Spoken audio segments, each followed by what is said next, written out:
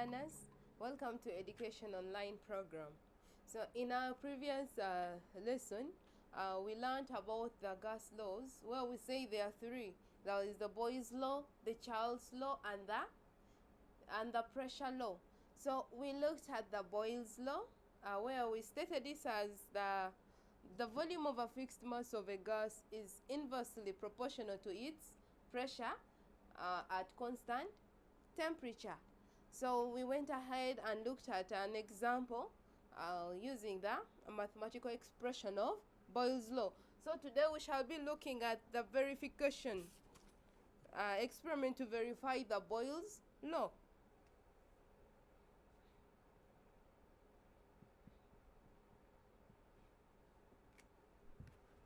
This one is still under gas laws.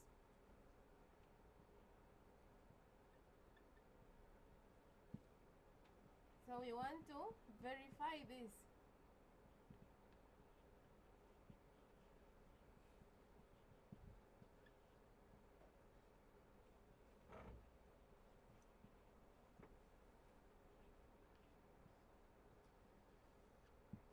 So how can we verify this in a lab? So you'll see that we shall need a capillary tube. So, but then it will be better if it is a U-shaped capillary tube. Let's have a very tiny diagram here of our capillary tube.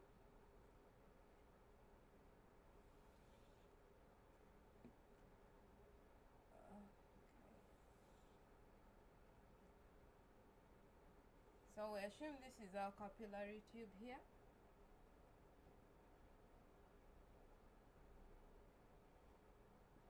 So our capillary tube, we want to trap some air in this capillary tube. But then what shall we use for trapping the air? We shall use, we need some mercury here to help us trap this air and seal it from the surrounding. So this one will be our mercury column. But then our tube should be connected to a gauge.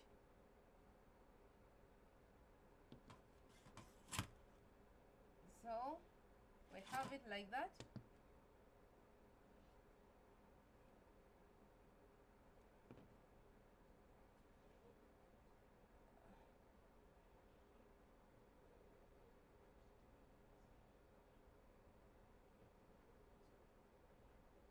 So we also need to connect it to at least a pump.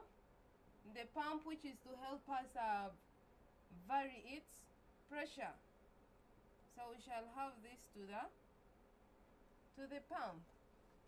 So if we have like that, we still need the scale at least, because we will need to be observing the variation in the column of this gas as we increase or reduce the pressure. So we shall have a scale right here connected to the tube. So let's have a scale with a scale reading.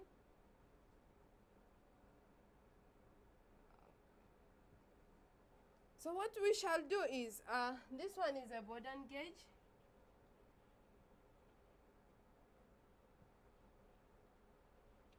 So we have our capillary tube here. The capillary tube. We said we want to trap the air using what? To seal it out using the mercury. The mercury column. So this is our connection to the pump. In this case, we shall be using the bicycle pump.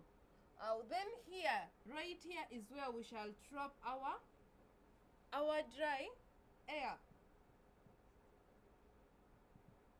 This is our scale. So we get the air, we trap it in our tube using this mercury column. So we will have to be verifying this, to be verifying the pressure of this gas. So verifying this pressure of the gas also will force the volume of the gas to be changed.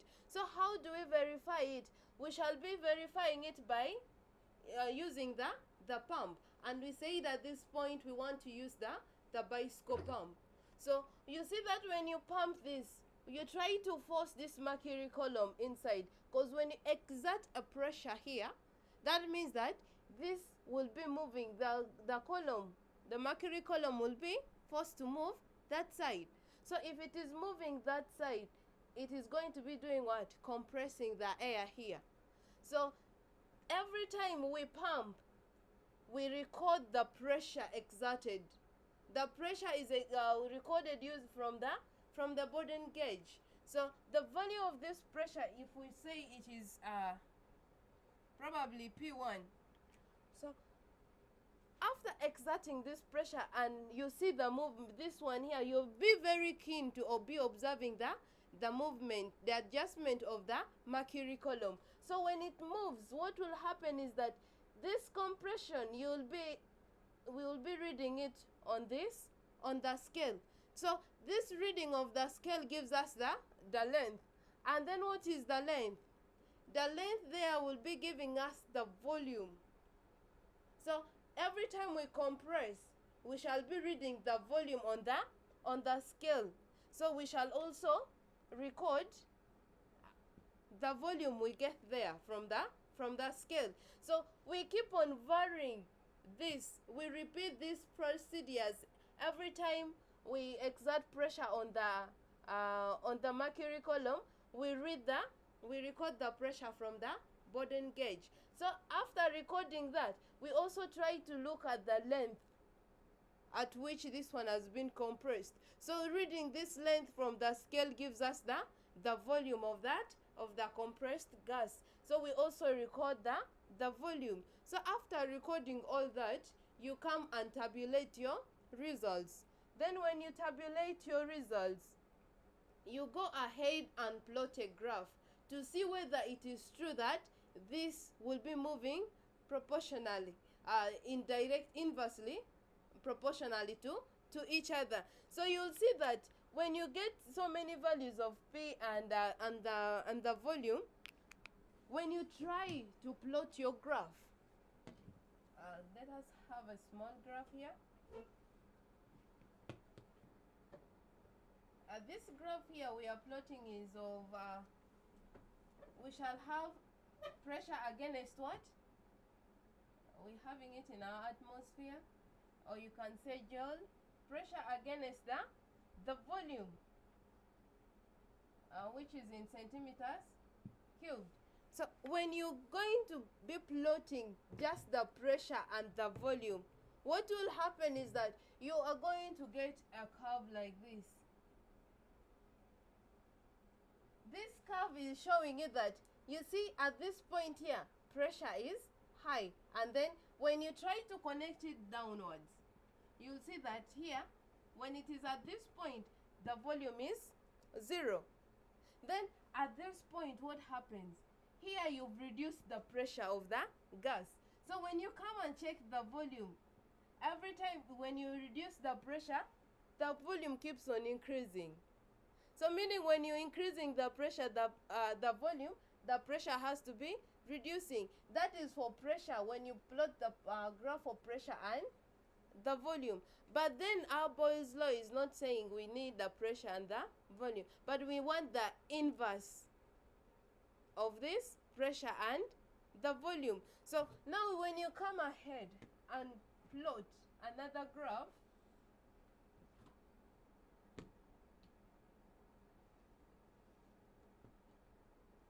at this time we want to plot, it is our pressure against 1 over V, because here we shall have our P is equals to 1 over V, which is inversely proportional. But at this case here, we are saying our pressure when it is proportional to the volume of the gas. So you see that when you have it in inverse proportion, what is going to happen is that instead of having a curve, we shall be having a straight line from the origin. So this one will be verifying for us the principle of the law of Boyle's in the when you concerning the gas laws. So there are some precautions you also have to take when you're like carrying out this experiment. So what are some of these precautions here? The first one is that this dry air you're confining in your capillary tube should be sealed like totally from the surrounding environment. We do not need any other interference by any gas around entering into this gas, because this gas here already has been measured. It has a specific volume. So again is that the air pumped here is what is tightly connected. So meaning that this pump that is supposed to be exerting pressure on our mercury column here should be tightly connected, because if it is not tightly connected, what happens is that some of the air will be escaping as you keep on pumping the air. So these are some of the precautions you have to be taking. And then this, your eye should be you should be observant with this movement or the change in the length of this of the air in the capillary tube, because if you do not look at it properly, you'll end up giving a wrong scale. So if you have a wrong scale, that is going to affect what? It will affect your plotting. So if your plotting has been affected, that means that law has not been actually verified. So, and in your experiment, the major thing we are finding here is we try to only find the values of the pressure, where we read it from the Boden gauge, and then the volume. So those are the two measurements we read during our experiment, because at that point we keep the temperature constant. We are not varying the temperature. So now let us look at the Charles law.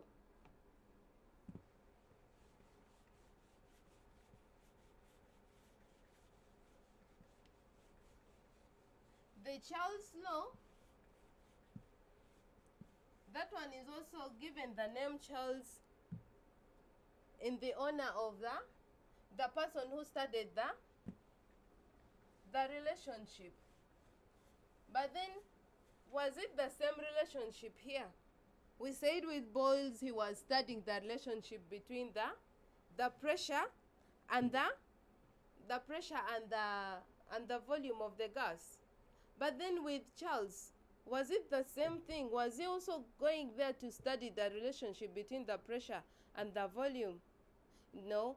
For him, he went and studied the relationship between the volume of a gas and the temperature. So during his study, he found out that the temperature of a gas is directly proportional to its volume. But then, when you keep the pressure of this gas constant, so because you see that gases, the nature of gas, they have particles that are really spaced.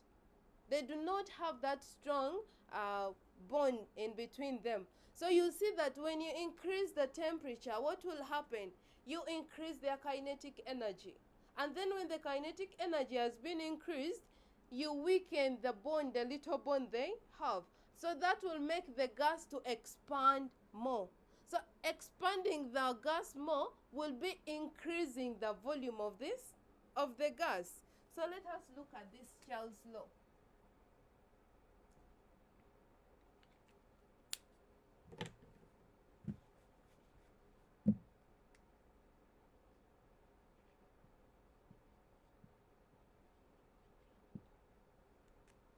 So we can state Charles' law as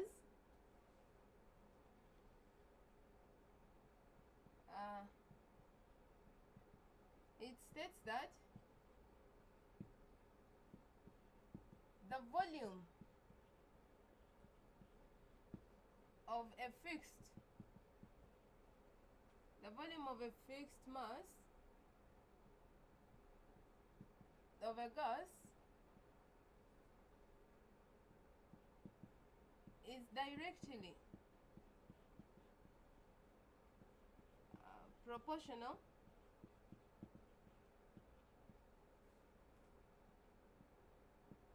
to the temperature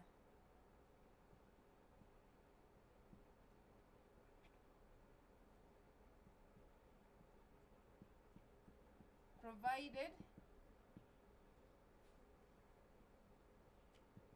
the pressure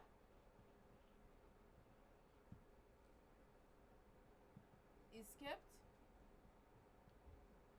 constant.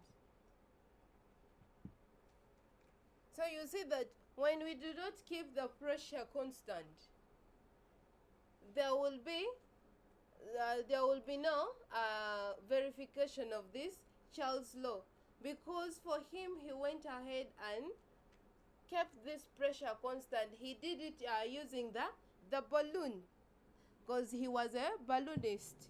So let us see how can we express this Charles' law mathematically, since we are saying that the volume of a fixed mass of a gas is directly proportional. So that means that the volume here of your gas should be directly proportional to the temperature. To the temperature you're applying on the gas. So we shall have our V for the volume, and then we have our T representing the temperature.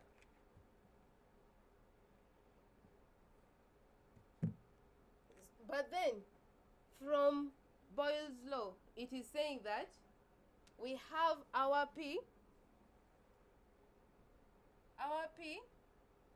V is equals to what? A constant. And what is our constant?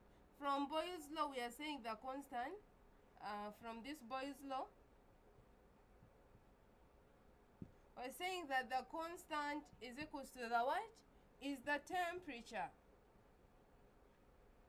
So we shall say that our P V is equals to the what? The temperature. Instead of writing it as K, we introduce our temperature here. So if we have it as a temperature, remember Charles' law is saying that the pressure is kept constant. This time round we do not want the temperature to be the constant. So we can go ahead and make our pressure the subject. How can we make the pressure the subject?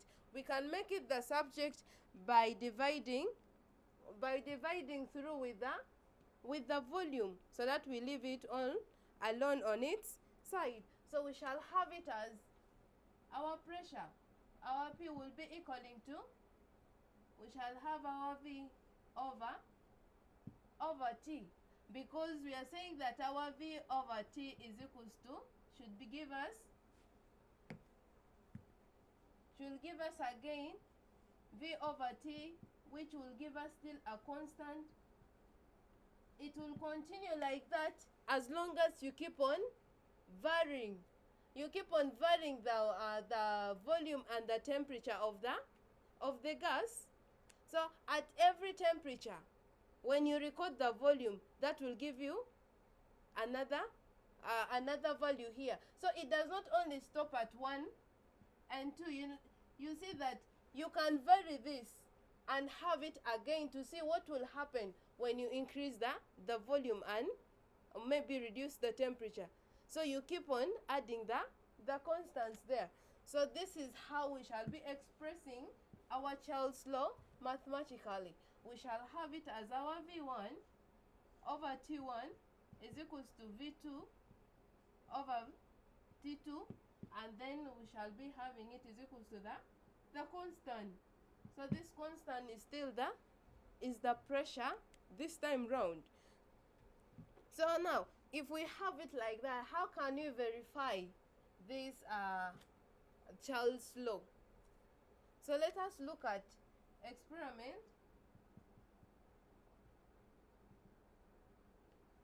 Experiment to verify Charles' law.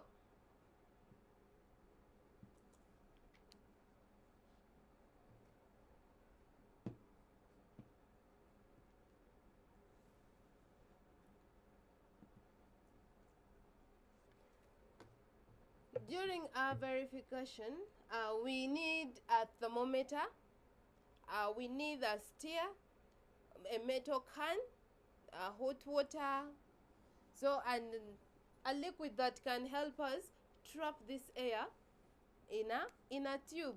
So in this case round, we shall be using the sulfuric acid, but concentrated sulfuric acid. So what happens is that we are going to get our tube. We get a tube. So in this tube we shall trap the air. That air we are trapping there is of a given volume, because we want it to have a fixed mass. So we are going to trap it here using the concentrated sulfuric acid. So when you trap it like that, we take this and tie it on a ruler. So if we tie it on a meter rule, because a meter rule has got scales, and these scales will be the one to help us to find out the level at which the gas has been compressed or it is expanding, to give us the length. So we shall tie it on a ruler, assuming this is the ruler.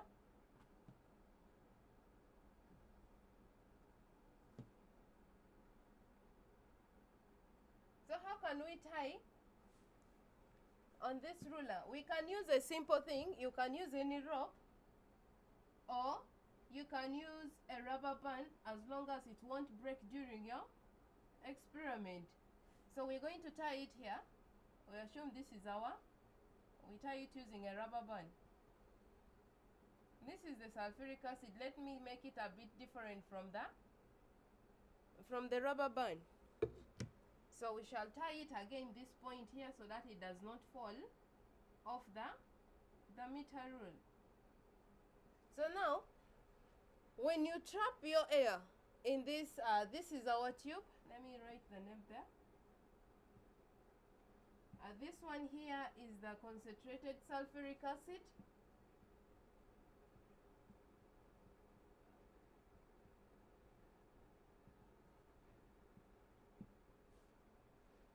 And then now, after trapping this, what happens is that you get your ruler and the tube you've tied around it. Try to put it in a can. So the can should be metallic. So we are having our can here, so that we dip our apparatus into it, and then you pour what? Hot water into the can. So this is hot water. You need a thermometer, because how can you know to measure this the temperature of this liquid, this hot water, whether the temperature is rising or reducing? So you need the thermometer. We shall fix our thermometer in the liquid here.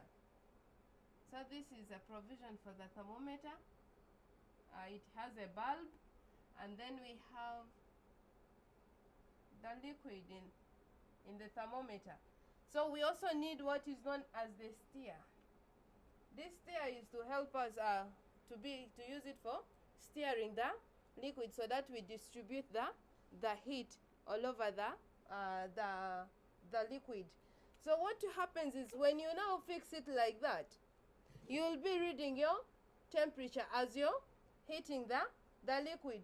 So you see that every time you increase the temperature, you increase the heat under this, what will happen to the thermometer? So you check the reading of the thermometer and then you note it down. As you steering it also, look at the column of this confined gas. What is happening to this column? Is it increasing or it is reducing as you increase the temperature or reduce the temperature? So you go ahead and record that length there. And the length of this liquid column, this length here, is from the bottom of the tube up to where the sulfuric acid is placed. So this length L here gives us the volume of the gas that is in the tube. So you also record the volume. But then here we are keeping the what constant? We are keeping our pressure constant. So at this point here, you see that it is the atmospheric pressure actually acting on our liquid, and on each and every point it acts what? Equally. So that means that the pressure around our whole system is kept constant. The only thing you'll be varying is the temperature. So when you increase the temperature of this liquid, what will happen? You take the temperature reading on the thermometer and then look at the behavior of this column of the liquid, of the gas column in that. But then how do you find this? You observe it by seeing the change in the position of the sulfuric acid. So you keep on recording that length there, and so it will give you the volume. You go ahead and tabulate your results.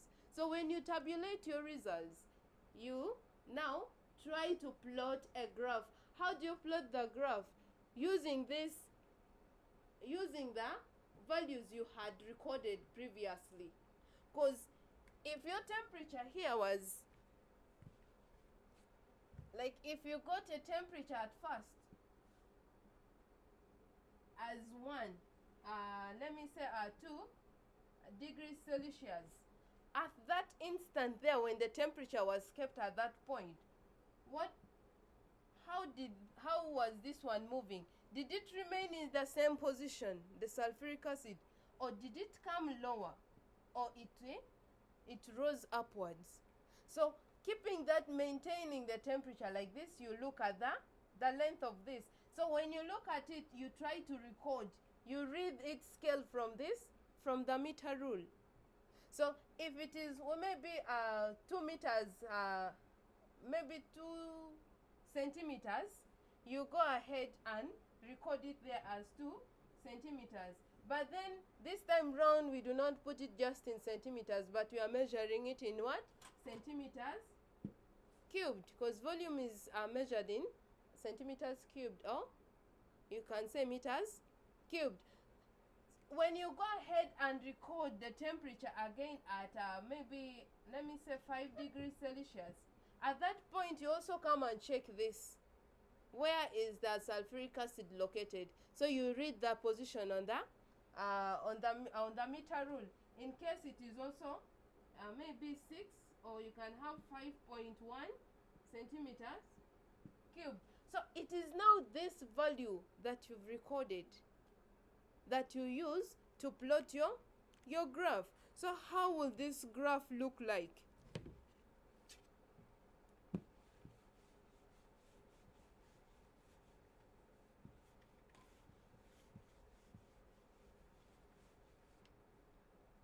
You'll see that when you're using the Celsius temperature, the Celsius scale, how will the graph look like? And when you're using the Kelvin scale, how will your graph? Because those two will give you difference.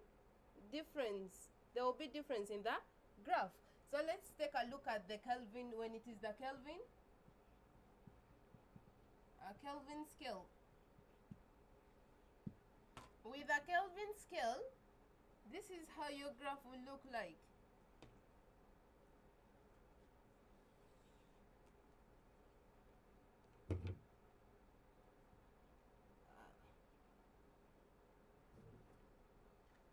This time we are having the volume, which is in centimeters cubed, and then the temperature,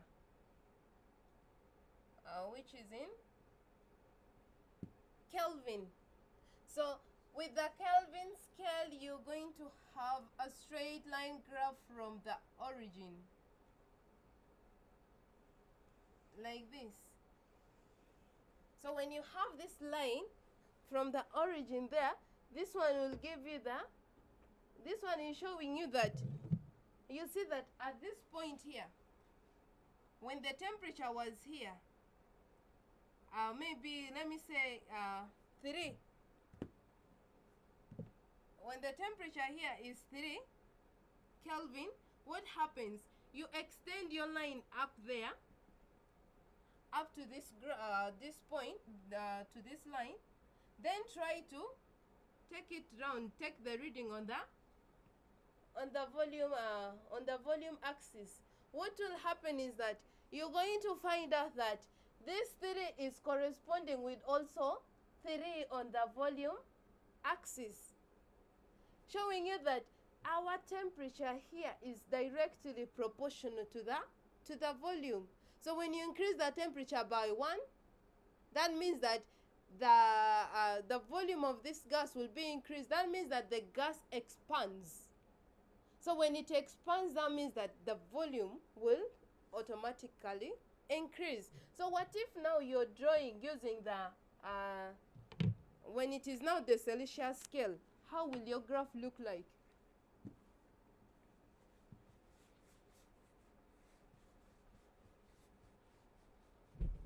With the Celsius scale, we shall have our volume here, and then the temperature. This time we are saying we are measuring the temperature in Celsius. So we shall have it here as degree Celsius. So we still have our volume measured in centimeters per cubic. Centimeters cubic, not centimeters per cubic. So if you have it like that, you will see that the graph will be like this. It will start from this point, and then it will be demarcated downwards. What will happen there is that this point here is, it is having 200, negative 273, which is known as the absolute temperature. So look at this. There is a difference. We are going to look at this difference here in our next lesson. Why do we have the absolute temperature in the Celsius scale? So we come to the end of our lesson. We shall continue in the next lesson.